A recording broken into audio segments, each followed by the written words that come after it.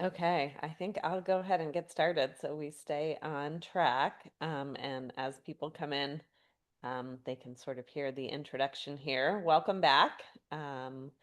We are now starting the plenary session number one. And so this session is entitled Care plus Open Practices Equals Hope. And during this collaborative workshop, facilitators will present a values-based framework that can ground our work as practitioners and partners in the open movement. As we present the framework, which includes, or as the presenters present the framework, which includes care as a key component, they will share specific strategies from their work with faculty and other collaborators on open projects. The participants will have the opportunity to experience a few ways in which they operationalize care in their work. As a collective, we will all have space to reflect and discuss how these strategies may help us actively create spaces of hope through engaging in open practices.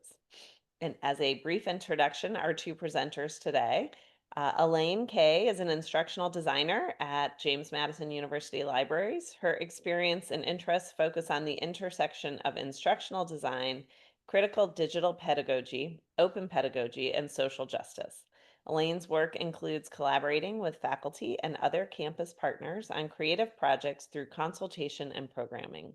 Her work and experience are grounded in a commitment to creating more equitable and diverse learning spaces. And also, Nicole Wilson is an associate professor and instructional designer at James Madison University Libraries, and she has extensive experience in instructional design with a passion for and focus on critical digital pedagogy, social justice, and open pedagogy. Nicole collaborates with faculty partners on curriculum, assignment, and project design that centers inclusive and equitable teaching practices. So please welcome Elaine and Nicole for their session this afternoon. Thank you. I just wanted to say I'm Nicole, and thank you for that introduction and for being here with us today. Yeah, hi, and I'm Elaine Kaye. Thank you again, Anna, for that full introduction. We really appreciate it. So we're really excited to be with you all today and share some strategies. We know 45 minutes is not a long time, so we're going to work through this together, and then we're going to share some resources at the end that maybe can help you dive a little deeper too. So we're going to go ahead and get started. I'm driving, so get ready. It'll be a wild ride. All right. So to get us all kind of connected and grounded in, maybe you just, came back from your break, so you're settling in. We would like to invite you to join us in taking a collective breath together, if that feels comfortable for you. So I'll give a countdown, 3, 2, 1. We'll take a deep inhale and exhale together. Okay? So here we go. 3, 2, 1. Breathe in and out. Okay. So we're going to start off today with a poem. I'm going to put this up on the screen. I'm going to read through it. I'm not a poet or a professional reader, but I'm going to do my best. You can also choose to just follow along and read what's on the screen or listen, whatever works best for you. So this is a poem called Inshallah, and it's by Danusha Lamaris. I don't know when it slipped into my speech, that soft word meaning if God wills it. Inshallah, I will see you next summer. The baby will come in spring, inshallah. Inshallah, this year we will have enough rain. So many plans I've laid have unraveled, easily as braids beneath my mother's quick fingers. Every language must have a word for this, a word our grandmothers uttered under their breath as they pinned the whites, soaked in lemon, hung them out to dry in the sun, or peeled potatoes, dropping the discarded skins into a bowl. Our sons will return next month, inshallah. Inshallah, this war will end soon. Inshallah, the rice will be enough to last through the winter. How lightly we learn to hold hope, as if it were an animal that could turn around and bite your hand. And still, we carry it the way a mother would, carefully, from one day to the next.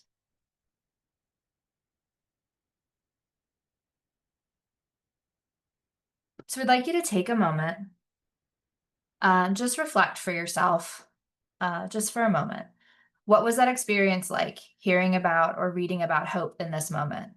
What did it make you feel about the idea and the experience of hope? Just take a moment to reflect on that. And if you'd like to share anything from your reflection, we'd encourage you to drop that in the chat.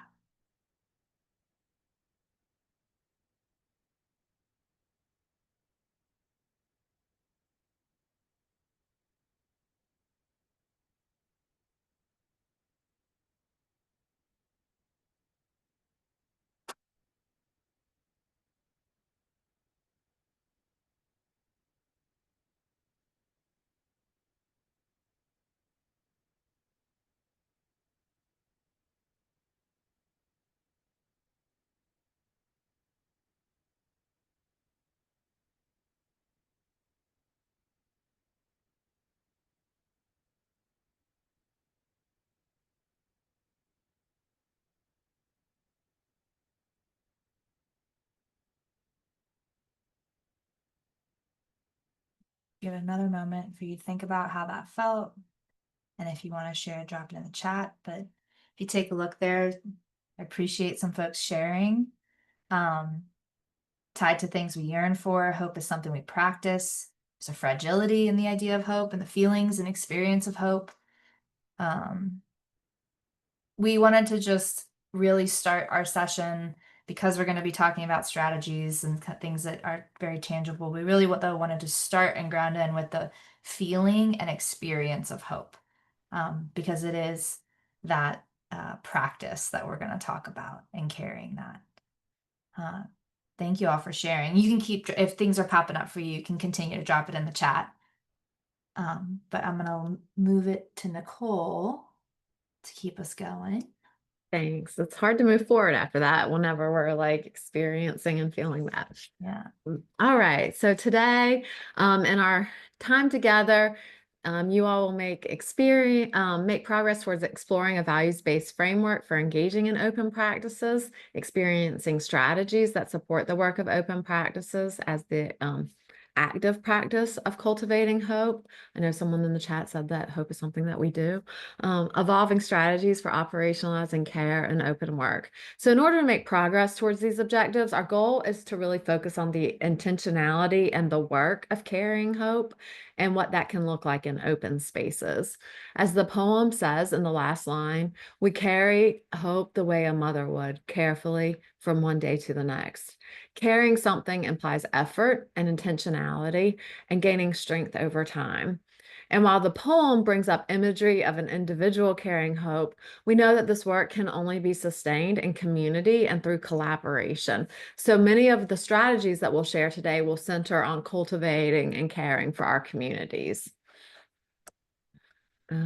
All right, we do want to explicitly acknowledge the environment that we're in, which includes the impacts of national, state, and local politics on folks, the levels of burnout and disconnection from ourselves and each other, and things we may not even be considering that are impacting our communities and individuals. With these real, uncertain, and painful experiences as our backdrop, it can feel impossible to carry hope. But we do want to encourage and invite you all during this session to think about how our lane as people who are part of the open movement and how the work of the open movement is resistance work. So caring for our community and ourselves to keep the open movement alive, even in quiet ways, even if by another name, even when the impacts seem small, is resisting systems of oppression that are currently at work and have been at work long before we all got into this movement.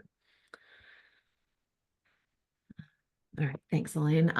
Okay, so over the past few years, Elaine and I have been developing this framework that's on the screen now in partnership through many of our collaborative projects. It really began as we were finding our place as instructional designers in the world of open and articulating how values can support instructional design work to create inclusive and meaningful learning spaces. So this that you see on the screen is the most recent version of the framework. It includes the values of critical digital pedagogy, open pedagogy, and care. And it's not a static framework. It's something that we're constantly applying in community and evolving based on community needs. And so what does remain consistent is the explicit ways in which we as instructional designers operationalize the relevant values to our work, and then the way faculty or other folks find connections and shared values through this framework and operationalize it in their own work.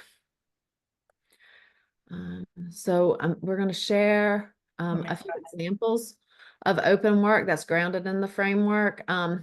So in our open work, one thing we want to know is that we view all spaces as learning spaces. So we approach projects, meetings, and asynchronous work with these same values. We don't want to take too much time providing context about numerous projects, but some examples of spaces where we apply and share and evolve this framework include these. We're going to just share about these 3 projects. One is an open pedagogy collaborative. This is a project where we've been working with librarians from across the country. And Mandy is one of those. Mandy Goodset is one of those librarians. In a group called the OP Collaborative to publish the Open Pedagogy Toolkit. Another project is the Dia de los Muertos OER project. And this is like a complex and long-term project with a group of faculty from JMU who have been developing their pedagogy to include co-curricular events and a focus on teaching about Dia de los Muertos, as well as creating an OER that's all about this work. In addition to the teaching faculty at JMU, the project includes librarians from our institution and another institution, as well as community partners. And then also this includes consulting with individual faculty as they implement open pedagogy. So the point is just to demonstrate how the strategies that we share and the values they're grounded in can be implemented in diverse spaces, disciplines, and projects for the goal of making progress toward all kinds of open work. So we want to take a moment and just have you all consider an open project, whether it's an existing one or something that you want to do, that you can start to think about as a possible space to implement some of the strategies we're going to share. Think about who's involved and what the goals are. We'll give you a moment to do that before we continue.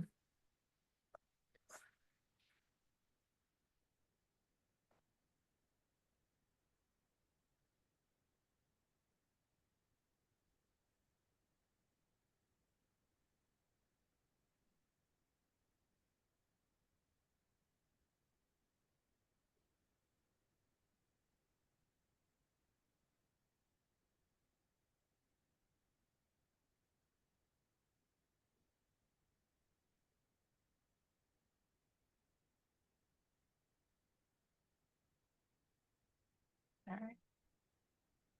That long enough? Everyone have something kind of front of mind? When we do this, Nicole, will you put the link in the chat? Okay, thanks. Okay. I know we flew through those value. I just realized how quick that we went through the framework table. I'm just gonna pull it up one more time. Just to share it right, Nicole went through on the left column critical digital pedagogy, in the center open pedagogy, and the right ethic of care. And the bullet points represent the specific values that then ground the strategies we're going to share. So we'll come back and you'll hear more about those. Just give you another minute. I was like, whoa, that was fast. Okay. So strategies to operationalize care. So what do we mean by that, and how are we going to do this?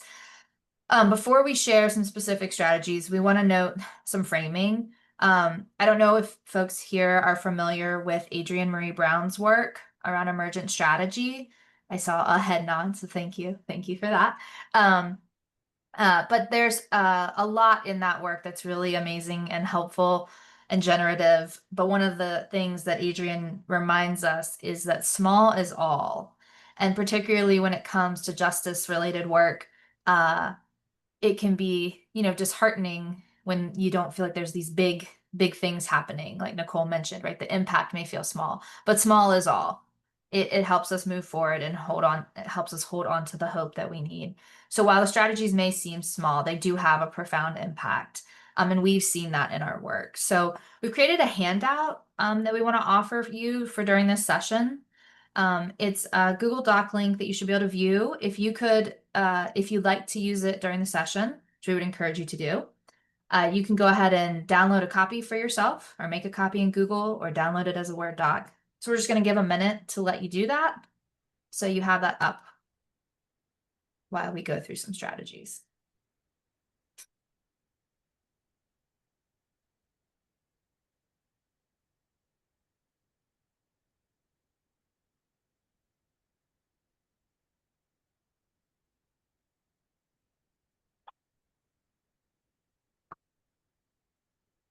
All right.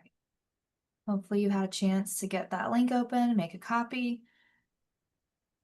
So the sections in this, the strategies are what we're about to go through. And so what basically Nicole and I will talk through the strategies and kind of describe some things. And this will give you a place to keep some notes as you're hearing, what we're talking about. Okay. Are we ready to move forward? You get a thumbs up or a nod or a, okay. All right. All right, so our first set of strategies that we wanted to talk about, and again, remember, this is things that you can do and use in the spaces when you're working on open projects, right? Or building those open communities or working with faculty or students. So the first has to do with creating community, shared understanding, and empowering each other in our work. So for various types of work that we do, including like individual faculty consults, we set goals for our work. In our larger projects, multi-people kind of longer term projects, we also explicitly identify the values that are grounding that specific project. So it may be, calling in things from that table, but it may be also other values that the group finds really important. All of this work, setting goals and values, helps the group as we're tracking our progress and how we're making decisions about things like capacity or where to focus our efforts. This also helps us as a group consider our progress annually for whatever reporting process may be required by the institution or our individual needs. So for example, in many of our projects, we do this goal setting process, we track our work, and then at the end of the year, we do a collective writing time.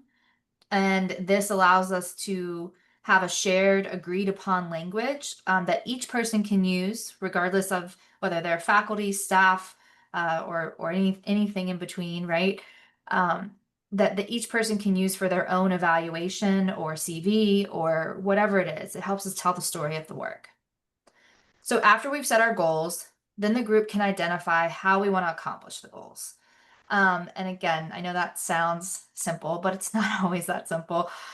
So it requires us to break down the tasks of the project. And we're really intentional about centering people doing the work and the relationships needed to extend care beyond just like completing a project and kind of checking a box. So for example, when we identify the tasks that need done, then as a group, we can decide how we want to leverage our individual strengths, right? Not everyone has to do everything. And the end product's always better when we find creative, collaborative, and equitable approaches to completing the project. And we have to do that explicitly and have conversations about it.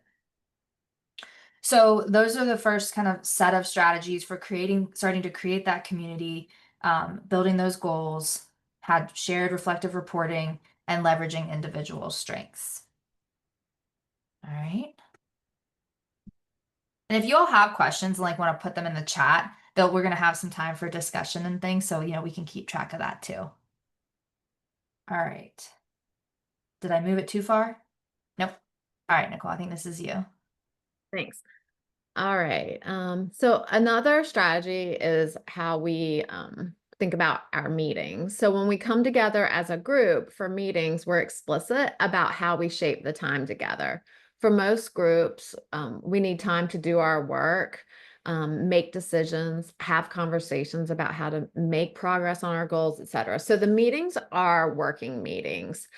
While there are often some updates or some sharing about progress, for the most part, we really try to make our time together useful for everyone, and it helps balance the amount of work that folks have to do outside of the meeting.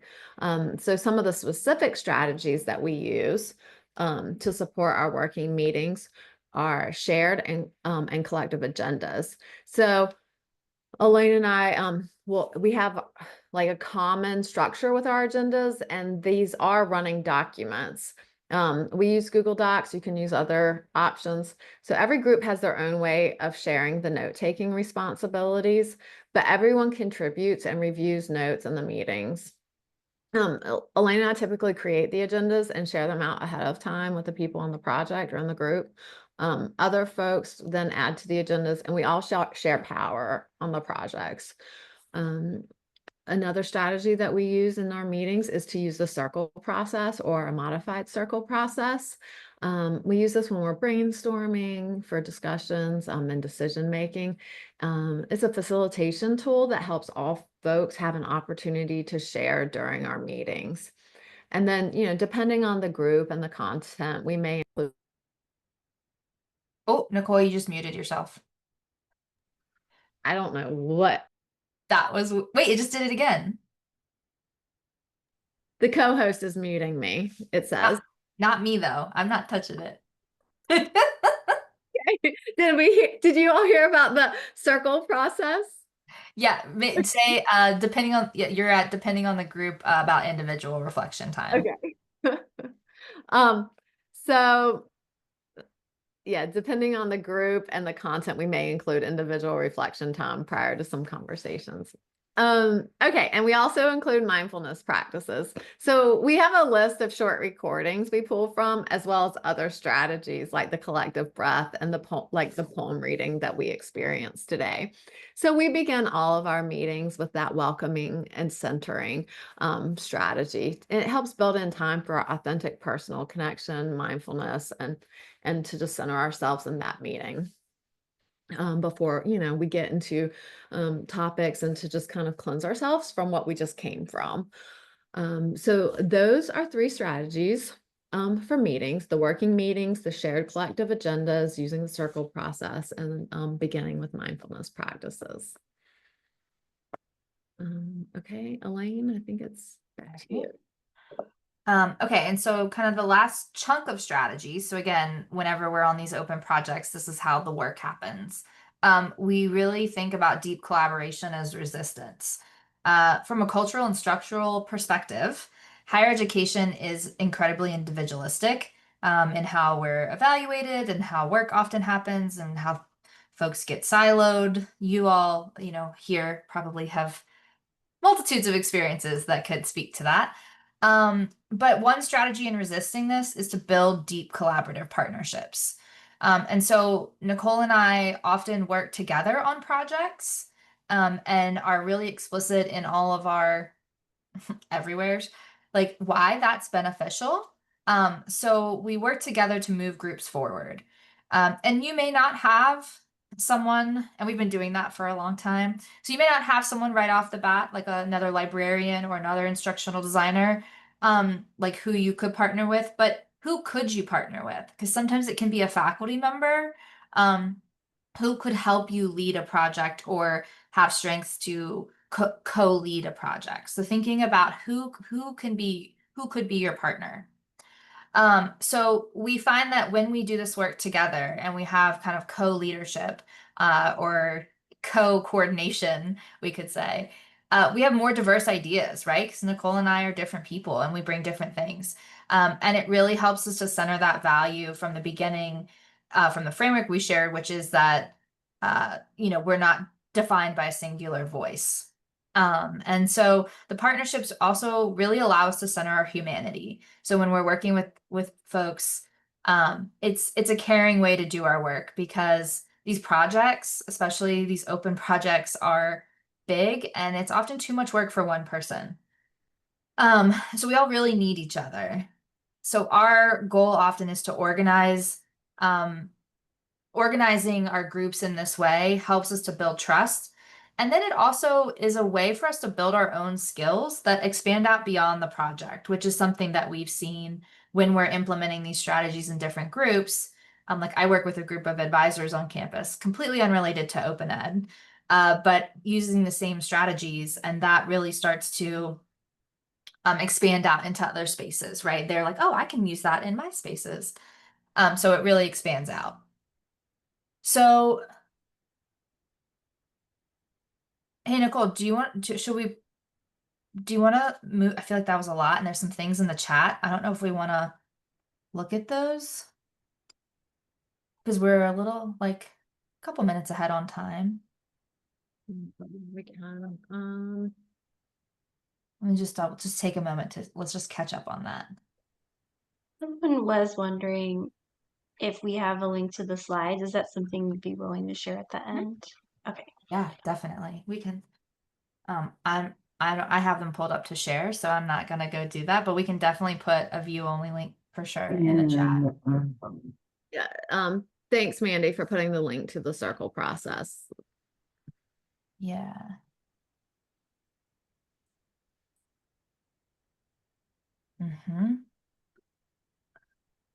Okay. Just wanted to make sure there weren't any like burning questions or anything. Yeah, we can definitely share the link to the slide. We know it's a lot. It's a lot to try to fill in 45 minutes here. Okay. So we're gonna give you some time though now. If I can. All right, so now that you've had an opportunity to hear about some of the strategies that we use in our context to operationalize care, we want to give you all time to consider like what strategies might work for you and your communities. So on the handout we provided earlier, and I'll put it in the chat again. Do that now in case some more folks have joined or you didn't catch it the first time. Yes, the model comes from Indigenous practices, in the chat. And I didn't have a chance to see if that was what was on the link that Mandy provided, but all right. So now that you all have had an opportunity to hear from us about strategies, we want to give you all time to consider what strategies might work for you in your communities. So if you look at the handout that we shared with you all, we provided one column like with the topic and like one column for strategies and then a column for you all to reflect on your own. So we want to we can give you like 5 minutes to reflect for yourselves on how you might incorporate these strategies into your open work. And then we'll have a conversation in about 5 minutes and pull everyone back together. Any questions? Is everyone able to get into the document and make a copy for yourself?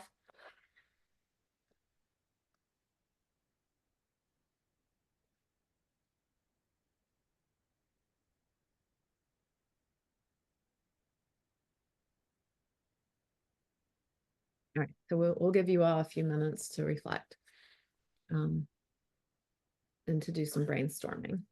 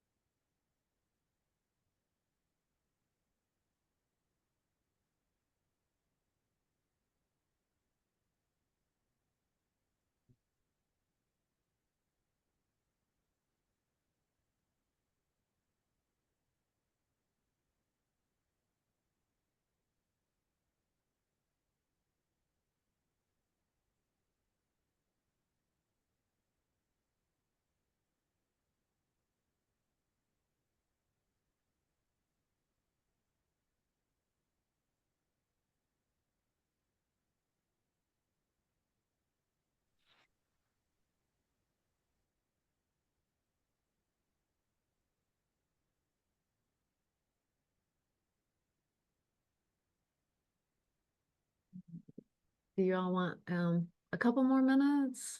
Are you all ready to discuss?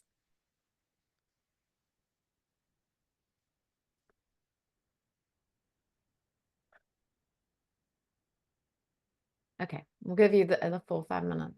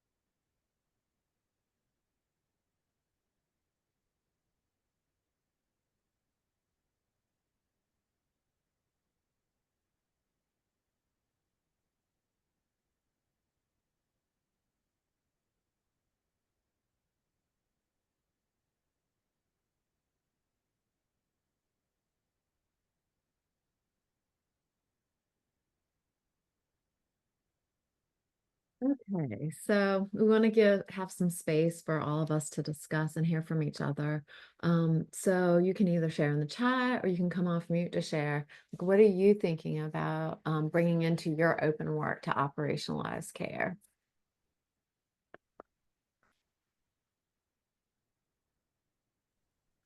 One thing I would just say, having worked with both of you, I really like this practice, and I don't know if everybody caught it, but like the idea of writing a shared reflection that describes what you did and in your project and what went well, and then making it like something everyone can put into their promotion and tenure packet or whatever formal evaluation process.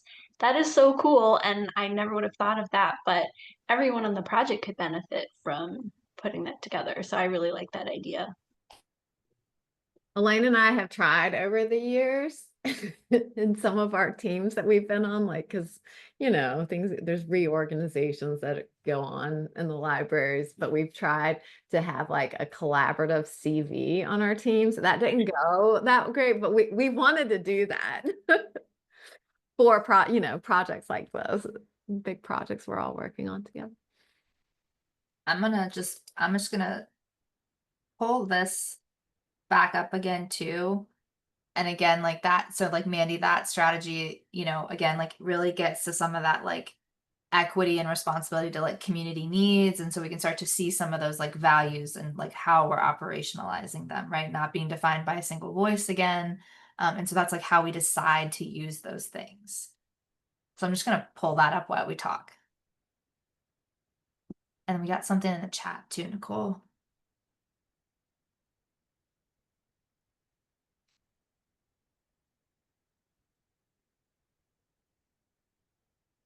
Hmm.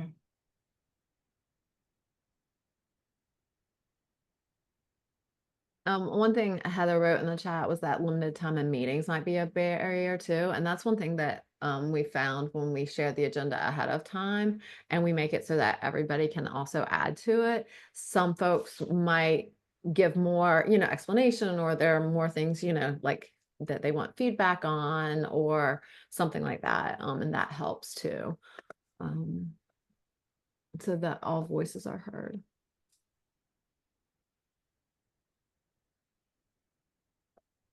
Yeah.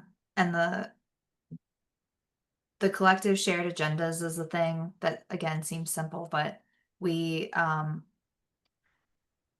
the whole I know there's a lot of ways to structure work and reasons to do things certain ways, but we have found that kind of having maybe the semester or the year in one document, right, with blocks for like with headings for the dates just really helps us all track our work. And when we can't remember like what was that thing we did in March, it's just a lot easier to find.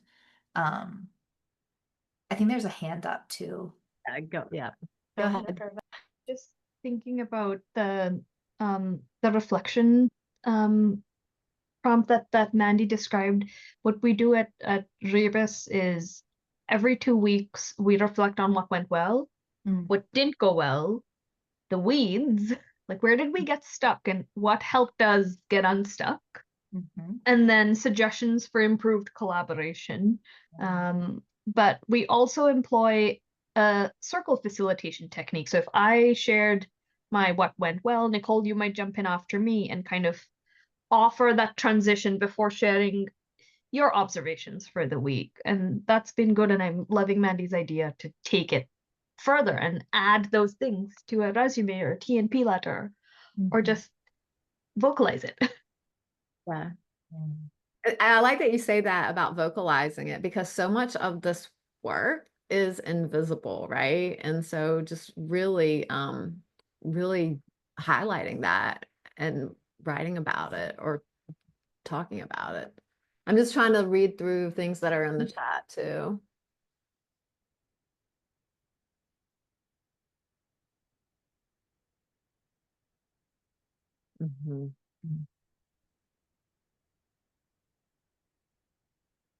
So you mentioned the mindfulness, yes. And you know what, when I adjunct teach, I also started incorporating that in my class, and students love it. And I think, I use it in individual faculty consultations. And like I said, we kind of have a little list. And I don't know if we want to it's not like pretty, but I don't know if we want to grab a couple of the links. We can maybe share a few of the ones we used often, Nicole. Like maybe we can do that. Maybe we'll add them to the slides and then you'll have them later or something. But, finding inclusive ways to do that works for the group. Like we always invite people, we don't require it, right? We do the recordings or sometimes we do other things, and just making some space to acknowledge all the things we have going on and meet our own needs. It's kind of that like compassion and vulnerability piece too. Yeah, there's some comments in the chat about the goal setting. And one thing that we do is we will, like for each agenda item, we align it to like a goal or objective of the project, so that it just helps make sure we're staying aligned. Oh yeah, Mandy, that would be great if you'll help us. Happy to. But we can add some stuff there too. And I think that's where I know we kind of breeze through it, but this idea for Nicole and I that like all spaces are learning spaces, even meetings, right? When we stop thinking about that as just sort of like coordinated or reporting time, right? That it's a learning space for us to come together and do work and learn together. It really reshapes the vibes of the spaces and what we're able to get done.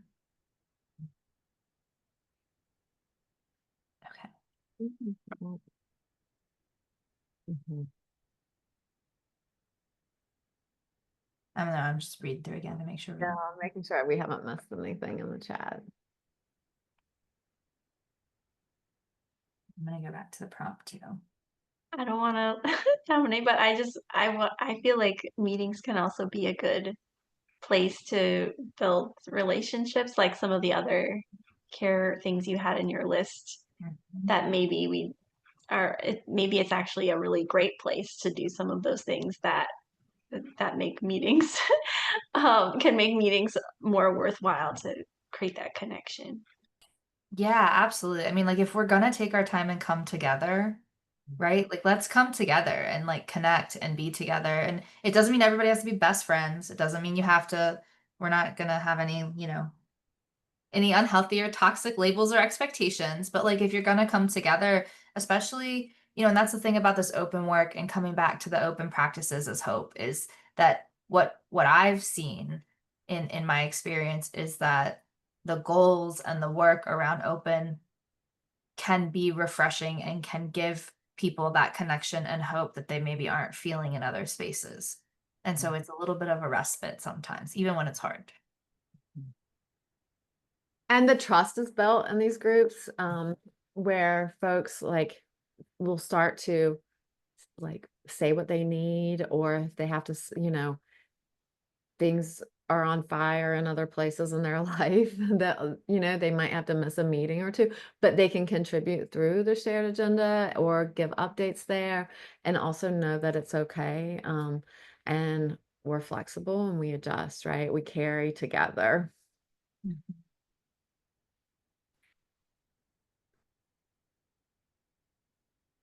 Okay.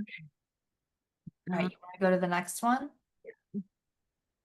Authentic and whole rather than just focused on only the work. Yes. Yeah. Yeah. Like this one project that we're on with Mandy, we've been working on for, I don't know, a few years together. And other than Elena, I mean, I haven't met any of you all in person or in the same physical space, but we know a lot about each other and what we've got going on, in our lives, whether it's work or personal, just because we keep showing up and caring together. And we're doing good work together. I feel like the work's better that way. And we've All right. built interesting networks, I think, that we wouldn't have had otherwise, right? Kind of inviting new people in and Yes. new things. Yeah. All right, you want to go to the next slide? So as you reflect on the poem from the beginning of the session and like the conversations we've had, what do you want to carry with you as you're thinking about the experience of cultivating hope, whether it's an open work or any space?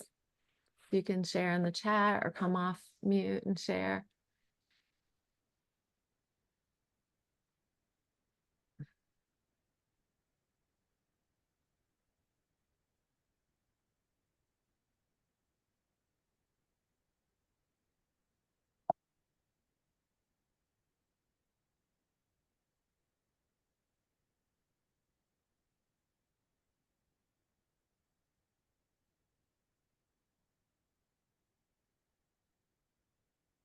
All right. You all can add to the chat if you'd like.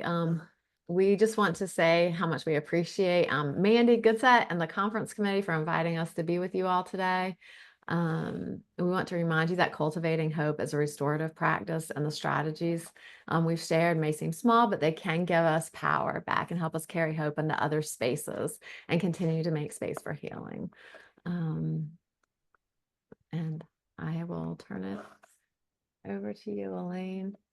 All right. So our last note here for you. I made some notes of some things, Nicole, for us to add maybe to the end of the slide deck. And then Mandy, you can like repost that in Discord. We'll let you know when we get that. We have a template I think we've shared at other conferences of our agendas.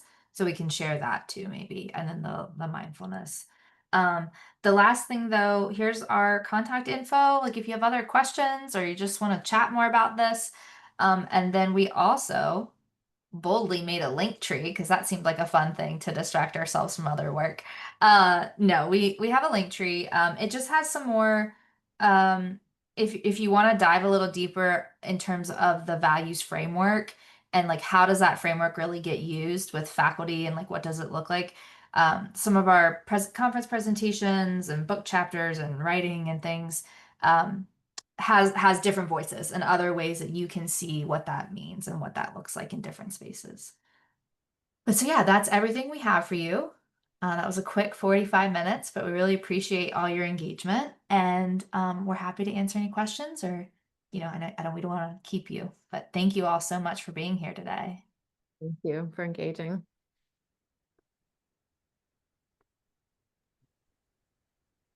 Thank you both so much.